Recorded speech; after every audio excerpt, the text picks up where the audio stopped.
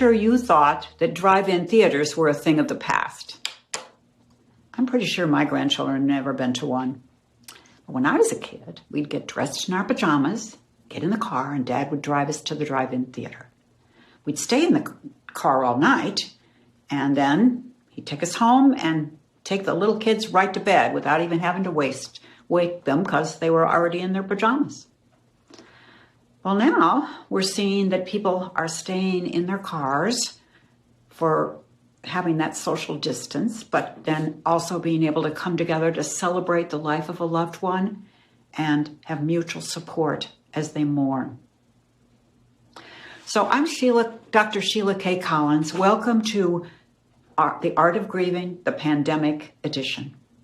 I'd like to talk with you today about the rituals and processes for funerals and bereavements that have been changing by this pandemic.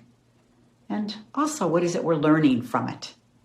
As with other restrictions during this sheltering at home, what is forbidden is helping us appreciate what we had and what's most important to us.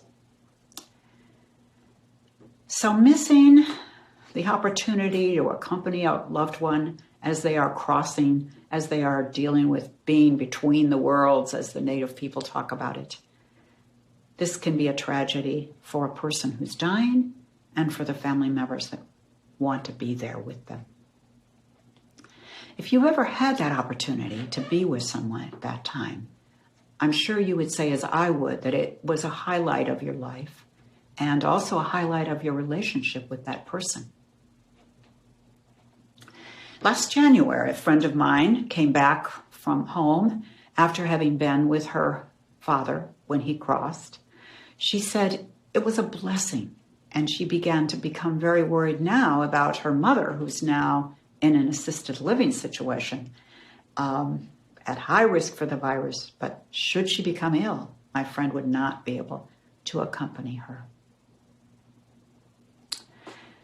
The second issue, of course, is the curtailment of the ceremonies afterwards. That's another tragedy that denies the surviving family and friends the support and encouragement of one another and the inspiration that brings in the ongoing grieving process. I accompanied my best friend Rose in what turned out to be the 14 days of her crossing in the hospital.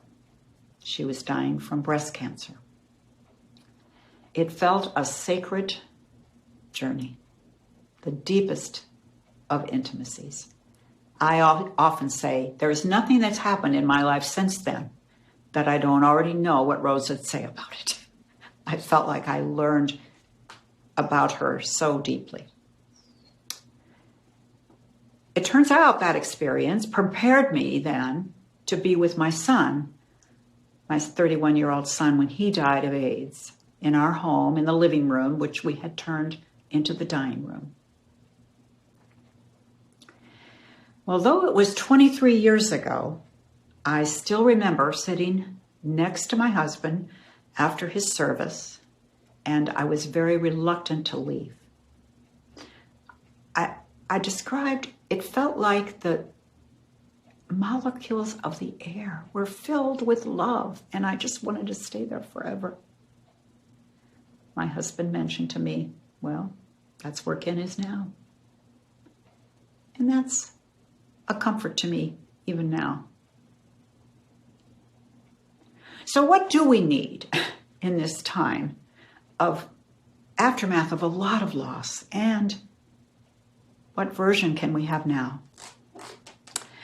It is true, from ancient times until now, people have been gathering together to support one another when somebody dies. And it assures us that we're not alone, and it helps us to appreciate that life does go on. These ancient rituals soothe our soul. So no matter when or how a person dies, I think we always want to be able to celebrate their life and have that connection with others that is such a healing bond. So I started off with the drive-in movie version, but there are other versions that we can do. It's hard for some elders, and I'm an elder, so I can speak this, to think about these Zoom funerals.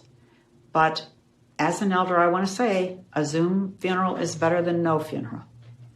And actually, in my far-flung family, before all this happened, one of our people had a